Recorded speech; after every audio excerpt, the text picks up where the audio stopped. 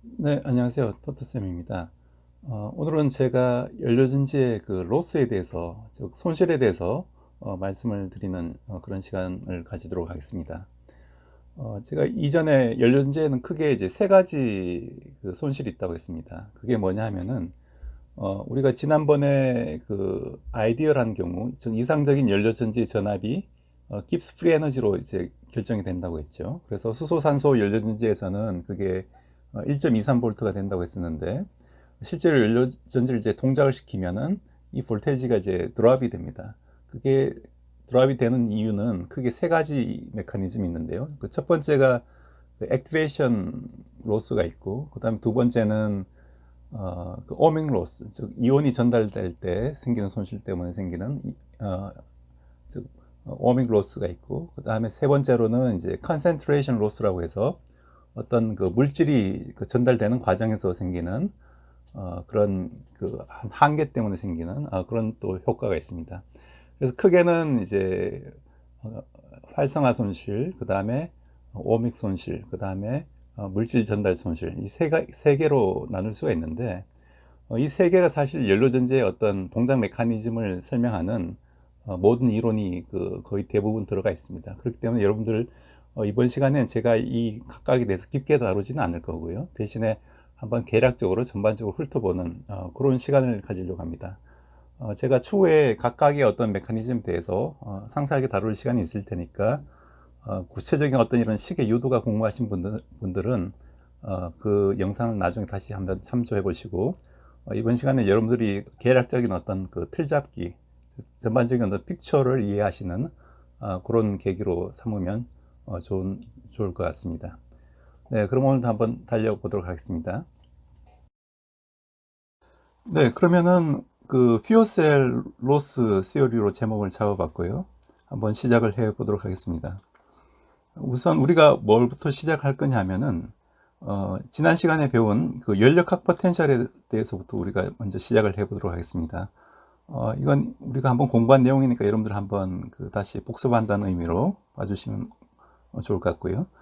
우리가 처음에 이제 어떤 시스템이 있을 때 이걸 기술하는 이제 에너지를 기술하는 그 하나의 화학적인 변수인데 그게 이제 인터널 에너지라는 게 있죠. 내부 에너지라는 게 있어서 이제 기체의 경우는 이 내부 에너지가 바로 기체 분자의 이제 운동 에너지가 됩니다. 그래서 그 운동 에너지가 보통 그 분자 하나당 2분의 3 kBt 이렇게 되니까 그게 이제 n몰만큼 있으면 2분의 3 nRT 이런 형태로 주어지죠. 이게 이제 내부 에너지 개념이고 여기 이제 그 헬름홀츠 프리 에너지라는 건 뭐냐면은 그 TS 즉 온도 곱하기 엔트로피를 빼준 양이 바로 그 헬름홀츠 프리 에너지가 되고요. 그 다음에 이게 이제 밑으로 내려가면은 이제 내부 에너지에다가 이제 PV를 더해주면 뭐가 되냐면 바로 엔탈피가 됩니다. 그래서 엔탈피는 U 플러스 PV 이런 형태로 주어졌었죠. 그래서 엔탈피가 바로 어떤 그 두 상태가 있을 때 그 등압 과정에서의 어떤 열 출입량을 의미한다라고 말씀을 드렸습니다. 그래서 엔탈피가 보통 화학 반응에서 이제 낮아지면 이게 이제 발열 반응이 되고 거꾸로 이제 높아지면은 이제 흡열 반응이 되는 그런 양이고요. 그 다음에 이 엔탈피에다가 다시 온도 곱하기 엔트로피를 빼준 값이 바로 깁스 프리 에너지가 되고 우리가 지난 시간에 배운 이 깁스 프리 에너지가 이제 음수일 때 이게 반응이 자발적이라는 거였죠. 시스템의 반응이 정반응으로 가는 거고 이게 양수면 이제 역반응으로 간다.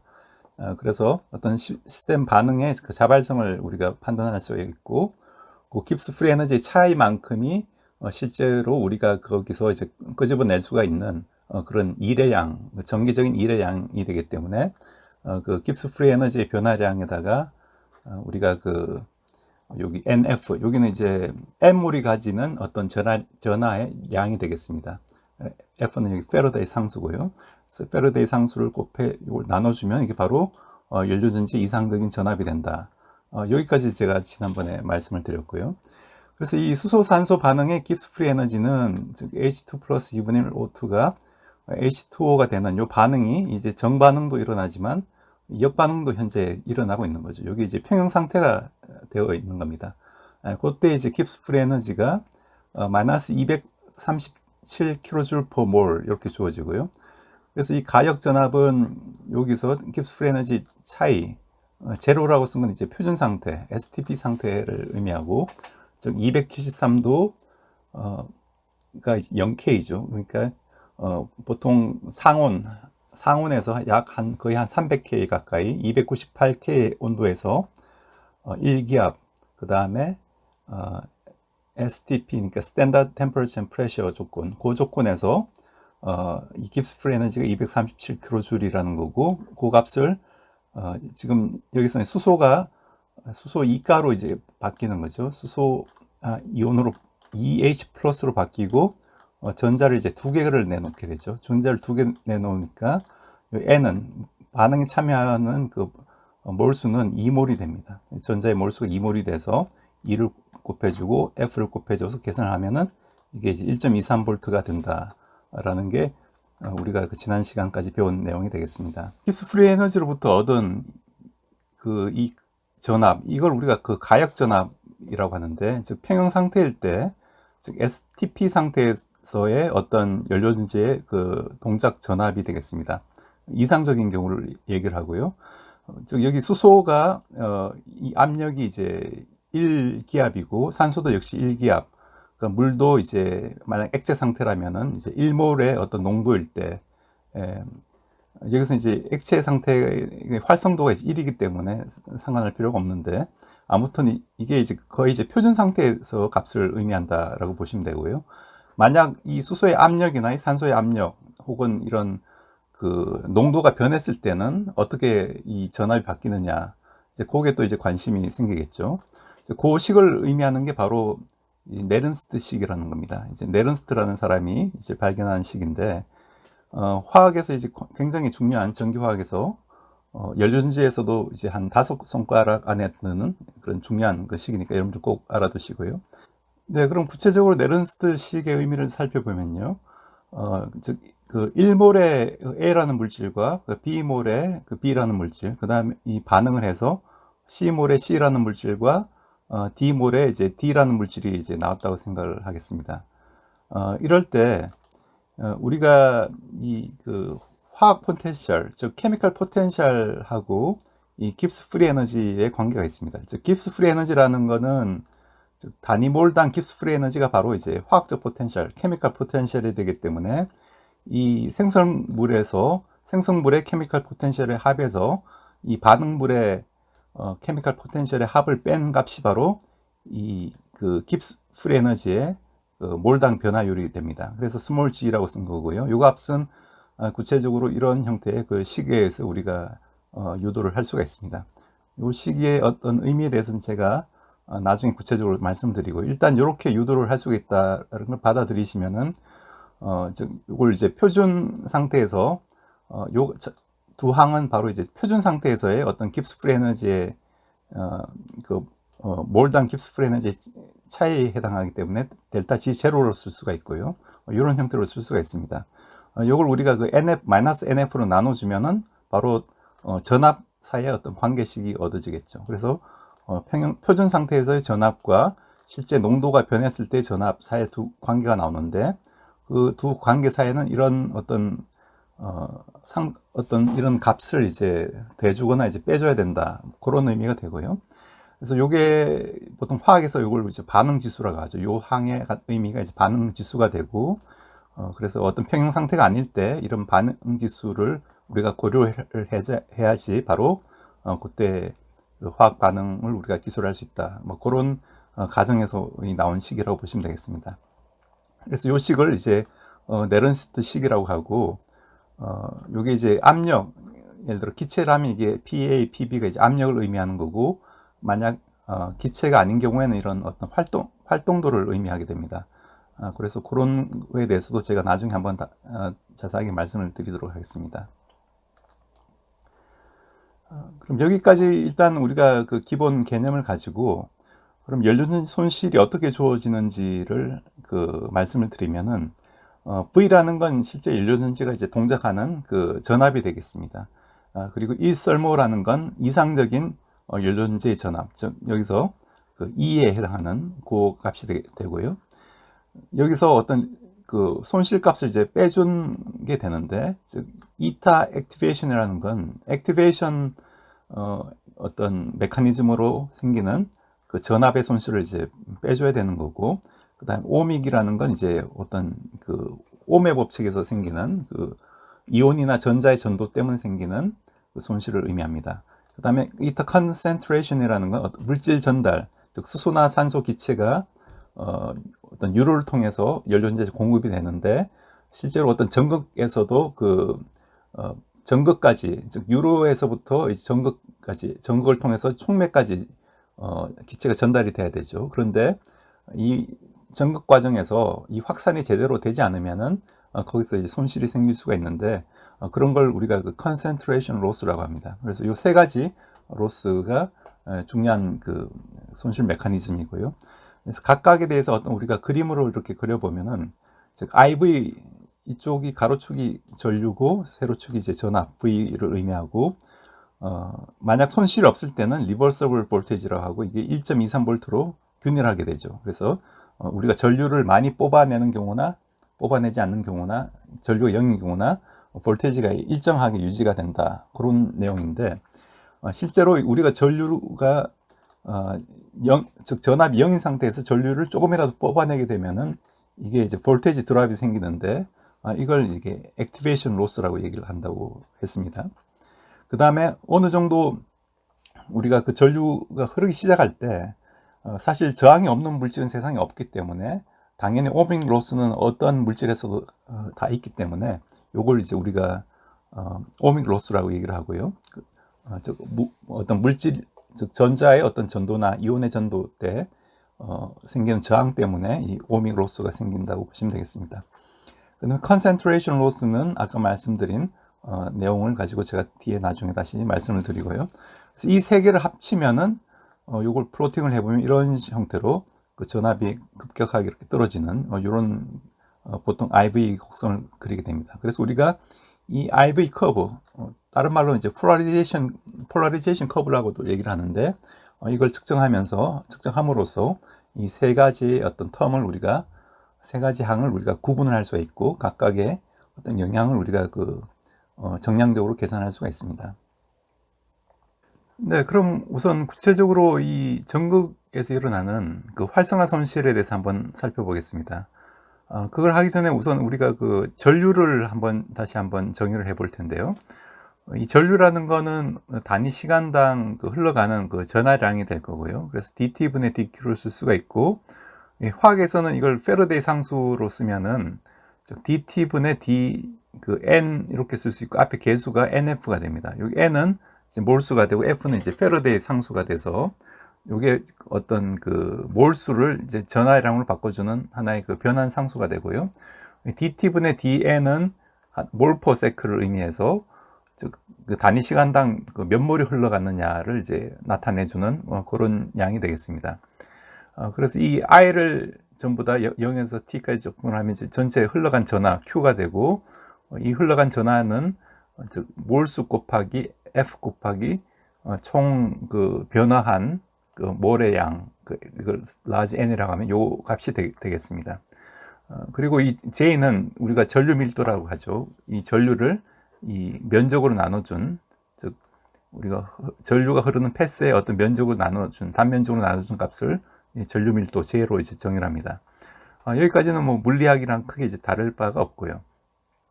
그러면은 구체적으로 이 수소가 들어왔을 때 이 그 전극에서, 여기서 이제 음극이 되겠죠. 즉 아노드에서 어떤 반응이 일어나는지 이걸 우리가 스텝별로 한번 생각을 해보겠습니다.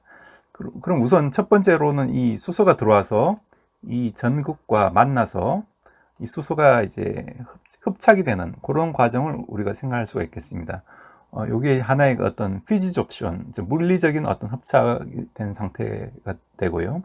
그러면 일단 그 수소가 이렇게 전극에 붙고 나서 얘네들이 이제 이 서로 이제 수소가 분리가 돼서 이 전극과 서로 반응을 하는 그런 단계가 있습니다. 즉 이게 하나의 그 케미즈 옵션이 돼서 전극 물질과 수소가 이제 하나가 되는 그런 형태로 이제 바뀌는 그런 단계가 또 필요하고요. 그 다음에 이 그러니까 메탈과 이 수소가 이제 서로 이제 케미접션, 이제 화학적으로 결합한 상태가 된 거죠. 그 단계에서 다시 그 수소 이온이 되고 전자를 내줘야 되니까 좀 메탈과 그 다음에 수소 이온과 전자가 이렇게 분리되는 요 과정으로 우리가 또 생각할 수가 있습니다. 그래서 우리가 수소가 들어갔을 때 양성자가 되고 전자를 두 개 내놓는다, 이렇게 이제 막연히 알고 있는데, 이 반응을 실제적으로 들여다보면은 피지접션 단계가 있고 그 다음에 케미접션 단계가 있고 두 개가 이제 이온화되는 이런 세 가지 프로세스를 거친다고 생각하고 있고요. 하나의 이론적인 모델입니다. 그래서 가장 이 반응에서 가장 반응 속도가 느린 건 이 세 번째 마지막 반응이 됩니다. 그래서 이때 반응 속도가 느리기 때문에 가장 많은 어떤 그 활성화 손실이 요 단계에서 이제 일어난다고 보시면 되겠습니다. 네, 그러면은 우리가 구체적으로 전극 반응 이론을 한번 살펴보겠습니다. 이렇게 그 수소가 흡착된 상태에서 이렇게 이온화될 때 이 깁스 프리 에너지의 그 변화를 표시한 그 곡선이 되겠습니다. 그래서 여러분들 보시면은 현재 이렇게 그 화학적으로 흡착이 된 상태를 나타내는 경우고요. 이건 이제 수소가 그 수소 양성자와 이제 전자로 이제 분리된 그런 상태를 의미합니다. 그래서 이 상태로 가기 위해서는 하나의 어떤 배리어를 넘어야 되는데, 요 크기를 우리가 액티베이션 배리어라고 얘기를 합니다. 그래서 이 경우에는 이쪽으로 가는 게 이제 하나의 정반응이 되고 이쪽으로 가는 게 이제 역반응이 되는 그런 상황이죠. 그래서 각각의 어떤 확률을 우리가 구할 수가 있는데, 일단은 이게 어떤 에너지를 가질 확률, 즉 액티베이션이 될 확률을 먼저 구해야 됩니다. 그게 바로 그 확률이 이런 형태로 익스포넨셜에 델타 G1 나누기 RT 마이너스 델타 G1 나누기 RT로 주어지는데, 요 델타 G1이라는 건 요 크기를 의미하고요. 그래서 요 액티베이션 배리어의 높이를 이제 얘기를 하는데, 요게 이제 물리학적으로 보면 이제 맥스웰 볼츠만 분포에 해당합니다. 그래서 요 에너지를 가질 확률이라고 보시면 되고요. 그러면 일단 이 상태가 이 에너지를 가지고 요 배를 이제 넘어가야겠죠. 넘어가기 위해서는 이게 다시 활성화된 상태에서 반응물 또는 생성물로 디케이를 하는데 어느 쪽으로 사실 떨어질지 모릅니다. 그런데 만약 생성물, 즉 프로덕트 쪽으로 떨어질 확률을 우리가 F1이라고 했을 때 그 확률을 다시 이제 곱해줘야 되고, 여기에다가 이 반응물의 농도가 많을수록 잘 넘어가겠죠. 정반응이 많이 일어날 테니까 반응물, 리액턴트의 농도를 곱해준 게 바로 이 forward reaction rate, 요쪽으로 지나가는 그 반응의 어떤 그 반응률이 되겠습니다. 그럼 그 값은 다시 쓰면 이제 CR 스타 F1 익스포넨셜의 이런 형태로 쓸 수가 있고, 백워드 리액션 레이트는 마찬가지로 이제 수소 이온이 된 상태, 수소와 전자가 만나서 이제 수소 기체가 되는 반응이기 때문에 일로 이제 역반응을 의미하게 되고요. 그때는 이제 액티베이션 배리어가 요 높이가 됩니다. 요 높이를 우리가 그 델타 G2라고 얘기를 했기 때문에 똑같은 식으로 쓰면 이 델타 CP 스타 F2E의 마이너스 델타 G2 나누기 RT, 이런 형태로 우리가 쓸 수가 있습니다. 그래서 네트 반응 속도는 여기로 가는 반응하고 여기로 가는 반응을 서로 더해줘야 되겠죠. 근데 이쪽 반응이 지금 부호가 이제 마이너스이기 때문에 이걸 이제 빼주는 게 되고요. 이걸 계산을 하면은 즉 이런 형태로 쓸 수가 있고, 요걸 우리가 그 델타 G RXN, 즉 리액션의 그 깁스 프리 에너지라고 정의를 하면은 델타 G2를 이런 형태로 이제 풀었을 수가 있습니다. 델타 G1 마이너스 델타 G RX, 즉 리액션 깁스 프리 에너지, 이런 형태로 쓸 수가 있습니다.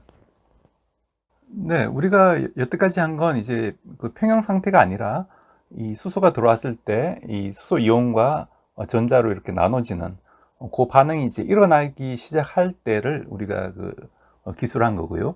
이게 충분히 반응이 이제 진행이 되면은 전해질의 쪽에서는 우리가 그 수소 이온이 쌓이게 되고 전극 쪽에서는 이제 그 전자들이 쌓이게 될 겁니다. 그래서 그 계면에 이제 하나의 전이가 생기게 될 텐데, 그 상황을 한번 생각을 해보도록 하겠습니다. 이 경우는 이제 그 평형 상태의 어떤 전류 밀도로 우리가 표현할 수가 있는데, 요 앞에 식을 그대로 이제 반응 속도에다가 NF만 곱하면 이제 전류 밀도가 된다고 했죠. 그래서 NF를 곱해서 아까 식을 이제 이렇게 쓸 수가 있습니다.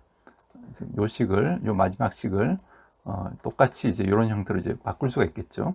그럼 요게 첫 번째 J1이라 하고 이걸 J2라고 하면은 요쪽으로 지금 흐르는 전류를 우리가 J1이라 하고, 거꾸로 역반응, 즉 수소 이온하고 전자가 만나서 수소 기체가 되는 반응을 이걸 되는 그 전류를 우리가 J2라고 이제 얘기를 하는 거죠. 그럼 이게 아까 충분히 그 시간이 흐르면은 이 전해질을 경계로 해서 한쪽에는 이제 그 수소 이온이 쌓이고 한쪽에는 전자들이 쌓이니까 그게 하나의 그 전이차를 생기게 해서 그 전이차 때문에 전류가 0이 됩니다. 그래서 이때 그 전류를 우리가 교환 전류 밀도, 즉 J0라고 하고, 굉장히 이제 중요한 개념이 되겠습니다. 즉 평형 상태가 되면은 이 포텐셜 때문에 이 프리 에너지가 이쪽이 이제 낮다가 이렇게 높아지는, 이쪽 부분이 이제 올라가게 되는 거죠. 그래서 그게 바로 이제 어떤 그 이런 프리 에너지의 어떤 변화를 주게 됩니다. 그 정기적인 포텐셜이 이 프리 에너지의 변화를 주게 되는데, 요건 우리가 그 반도체나 이런 경우에도 마찬가지로 그 반도체의 그 케미컬 포텐셜, 즉 이 바로 그 전자가 가지는 이제 페르미 레벨이 되는데, 우리가 그 반도체에서 이렇게 전압을 걸어주고 하면은 그 정전에서 이 페르미 레벨이 이렇게 서로 이제 바뀌게 됩니다. 그렇기 때문에 어떤 그 흐르는 전류가 달라지는, 그거와 똑같은 개념인데, 아무튼 여기서도 이런 그 전이차가 생겨서 이 그 프리 에너지를 이제 변화시킨다, 그렇게 보시면 되겠습니다. 깁스 프리 에너지가 바로 이제 케미컬 포텐셜과 같기 때문에 그 깁스 프리 에너지를 이제 변화시킨다, 그렇게 보시면 되고요. 그럼 얘가 이제 올라갔기 때문에 양쪽이 서로 대칭을 이루게 되겠죠. 그러면은 이쪽으로 흐르는 전류나 이쪽으로 흐르는 전류가 이 식의 모양에 보면 이 위의 향이 이제 동일하게 돼 버려 가지고 즉 이 흐르는 전류가 이제 같게 되는 그런 상황이 됩니다. 그때 전류를 우리가 그 교환 전류 밀도, exchange current라고 얘기를 하고, 이게 어떤 의미가 있냐면은 어떤 그 연료전지의 전압이 형성됐을 때 우리가 전류는 끄집어낼 수가 없지만, 즉 전류가 0인 상태에서도 실제 연료전지에서는 그 익스체인지 커런트가 흐르고 있다는 얘기죠. 즉 네트 커런트가 0일 뿐이지 각각의 전극에서는 서로 이렇게 교환 전류가 흐르고 있다, 그런 평형 상태가 된다라는 의미가 되겠습니다. 네, 그렇기 때문에 여기서 그 J1하고 지금 J2가 이제 같은 경우가 바로 이제 그 교환 전류 밀도가 되고요. 식의 모양을 보시면 이제 N 곱하기 몰수 곱하기 패러데이 상수, 그 다음에 이제 반응물의 농도 곱하기 이 확률, 생성물로 갈 확률 곱하기 익스포넨셜의 요 깁스 프리 에너지 배리어의 높이, 요 에너지 배리어의 높이가 이제 같게 되죠. 델타 G2 스타라고 표시를 했는데, 요 값이 같기 때문에 지금 J1하고 J2가 같은 상황이 되겠습니다. 그래서 요 반응은 사실 그 수소 H2가 들어와서 H 플러스로 이제 바뀌고 이제 전자를 내놓는 요 반응을 의미하고, 여기 아노드의 어떤 그 포텐셜 차이가 되고요. 똑같은 비슷한 반응이 이제 산소가 들어와서 그 수소 이온과 만나서 이제 물이 생기는 즉 캐소드 쪽에 어떤 포텐셜도 역시 또 동일하게 이렇게 생기게 될 겁니다. 이제 그것까지 같이 고려를 하면은, 즉 아노드 포텐셜 플러스 캐소드 포텐셜을 한 게 이 전체 이제 E0가 되고, 요 값을 우리가 이 갈바니 포텐셜이라고 얘기를 합니다. 그래서 전극의 갈바니 전압 값이 이제 이렇게 주어지는 거고요. 그래서 요 경우에는 이제 아노드의 그 포텐셜 디퍼런스 파이 아노드가 되는 그런 상황이 되겠습니다. 네, 여태 우리가 한 건 어떤 그 평형 상태에 대해서 익스체인지 커런트가 흘러가는 그런 상황이고요. 이 경우에 우리가 아직 그 연료전지에서 그 전류를 뽑아 쓰는 경우가 아니죠. 그렇기 때문에 그 실제 어떤 에너지를 얻는 상태가 아닙니다. 그럼 우리가 연료 전지에서 에너지를 이제 끄집어내기 위해서는 전류를 흘려야 되는데 어떤 경우에 전류가 흐르느냐? 즉 이런 아까 이런 수소가 이제 흡착이 된 상태에서 이렇게 이온이 된 상태가 충분히 쌓이면 어떤 평형 상태로 간다고 했습니다. 그래서 그 평형 상태의 어떤 포텐셜을 우리가 델타 파이, 즉 갈바니 전이라고 한다고 했었는데, 그럼 요 값이 이 갈바니 전이보다 살짝 그 낮아짐 만약 친다면은, 즉 이 그러면 이제 이 포텐셜 배리어가 이렇게 양쪽으로 시메트릭 대칭적으로 생기는 게 아니라 살짝 어긋나지게 되겠죠. 그렇기 때문에 이 경우에는 바로 정반응이 우사하게 될 겁니다. 즉 정반응의 어떤 포텐셜 높이가 역반응의 포텐셜 높이보다 더 크게 되죠. 그렇기 때문에 일로 가는 전류보다 일로 흐르는 순방향 전류가 더 크기 때문에 이 경우에는 네트 전류가 이제 0이 아니게 될 겁니다. 그래서 이렇게 만들어 주는 걸 우리가 바로 액티베이션 로스라고 얘기를 하고요. 그리고 그 손실을 우리가 이타라고 이제 정의를 합니다. 그래서 이런 액티베이션 로스 이타가 있을 때 우리가 이 J1은 이런 형태로 쓸 수가 있고 J2는 이런 형태로 쓸 수가 있습니다. 즉 이 배려의 높이가 낮아지는 요 간격을 우리가 알파 곱하기 이타라고 하고, 요 알파 값을 우리가 뭐라고 하냐 하면 우리가 이걸 전달 계수라고 얘기를 합니다. 그래서 트랜스퍼 코에피션트라고 얘기를 하고, 즉 그 갈바니 전이가 이타만큼 NF 이타만큼 낮아지면은 요 그 배려의 높이는 알파 곱하기 NF 이타가 된다. 좀 알파 배수만큼 더 낮아진다. 그런 의미를 가지고 이 알파의 범위가 보통 한 0.2에서 0.5 정도 되는 그런 값이기 때문에 이게 어떤 그 전지마다 그 다른 특성을 가지고 있습니다. 이 알파 값이 이제 우리가 측정을 하면은 그 우리가 구할 수 있는 그런 값이 되고, 그래서 이 J1 빼기 J2를 이런 형태로 다시 쓸 수가 있겠죠. J0로 표시를 하고 그 앞에 계수를 이제 CR0분의 CR 이런 형태로 CP0라는 하나의 아까 평 상태에서의 그 프로덕트의 농도가 되고, CP라는 게 현재 이 프로덕트의 농도, 그런 형태로 쓸 수가 있고, 그래서 이 식을 우리가 뭐라고 하냐면 이걸 이제 버틀러 벌머 이퀘이션을 합니다. 그래서 여러분들 연료 전지에서 이제 가장 중요한 그 5가지 식의 또 하나가 됩니다. 그렇기 때문에 이 식을 꼭 알고 계셔야 되고, 앞으로 나오는 그 뒤에 물질 전달 로스에서도 역시 우리가 이 버틀러 벌머 식을 사용할 거고, 뒤에 배우는 바로 뒤에 나온 타펠 이퀘이션이라는 타펠식 역시 이 버틀러 벌머식을 이제 간소한 그런 표현이 되겠습니다.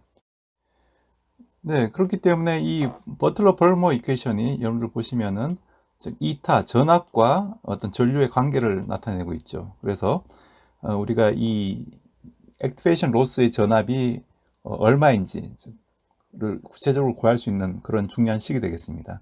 그래서 이 식은 어떤 그 비평형 상태에서 이제 그 액티베이션 로스가 있을 때 그게 그 전류에 어떤 영향을 주는지 그 관계를 나타내는 식이고, 우리가 다음 시간에 다시 배우게 될 이런 그 타펠 이퀘이션이 이 버틀러 벌머 이퀘이션을 조금 더 이제 간단하게 표현한 그런 식이라고 보시면 되겠습니다. 네, 그래서 오늘은 그 시간 관계상 제가 이 액티베이션 로스 부분을 다 마치지 못하고 다음 시간에 맞아 이어서 하는 그렇게 진행을 하도록 하겠습니다. 네, 여러분들 오늘 제 강의 어떻게 보셨는지 모르겠습니다. 마음 같아서는 오늘 그 이 손실 부분을 끝내고 싶었는데 아무래도 시간 관계상 그 다음에 그 나머지 부분을 하는 게 좋을 것 같습니다. 오늘 우리가 공부한 내용을 요약하자면은 크게 이제 중요한 2가지 식을 배웠는데요. 첫 번째가 이제 네른스트 식이었죠. 그래서 연료전지가 평형 상태가 아닐 때, 즉 농도가 바뀔 때 그 전압이 어떻게 달라지는지 그걸 기술하는 게 이제 네른스트 이퀘이션이라고 얘기를 했었고, 또 마찬가지로 이런 그 연료전지가 어떤 그 평형 상태가 아닐 때 전류와 전압의 관계가 어떻게 주어지는지, 그 대표적인 로스가 이제 활성화 손실이라고 얘기를 했었습니다. 그래서 이 액티베이션 로스를 기술하는 유명한 식이 바로 버틀러 벌머의 그 시계라고 얘기를 했었고, 그 시계의 의미가 이런 그 평형 상태, 즉 약 두 반응이 평형 상태에 이를 때, 그때 이 전극에서 주어지는 전압이 이제 갈바니 전압인데, 갈바니 전압보다 줄어들면은 이 평형 상태가 깨지기 때문에 이 깁스 프리 에너지의 어떤 액티베이션 배리어가 어시미트를 바뀌는 그런 성질을 가진다고 했죠. 그렇기 때문에 어떤 그 순방향 전류와 역방향 전류가 이제 차이가 나게 되고, 그것이 실제 이제 연료전지에서 우리가 전류를 이제 끄집어내는 방법이라고 했습니다. 그렇기 때문에 필히 연료전지는 전류를 우리가 끄집어내기 위해서는 이런 액티베이션 로스가 생길 수밖에 없고, 그럼 이 액티베이션 로스를 최대한 줄이기 위해서 우리가 어떤 걸 개발을 해야 되는지, 그런 내용에 대해서는 다음 시간에 말씀을 드리도록 하겠습니다. 네, 오늘 그 긴 시간 또 시청해 주셔서 감사드리고, 여러분들 더 알기 원하시는 그런 내용이 있으면은 그 질문을 올려주시면은 제가 답해 드리도록 하겠습니다. 네, 그리고 또 항상 그 구독과 좋아요 눌러주시고, 또 열심히 공부하는 그런 채널이 될 수 있었으면 합니다. 네, 그럼 즐거운 하루 되시기 바라겠습니다. 감사합니다.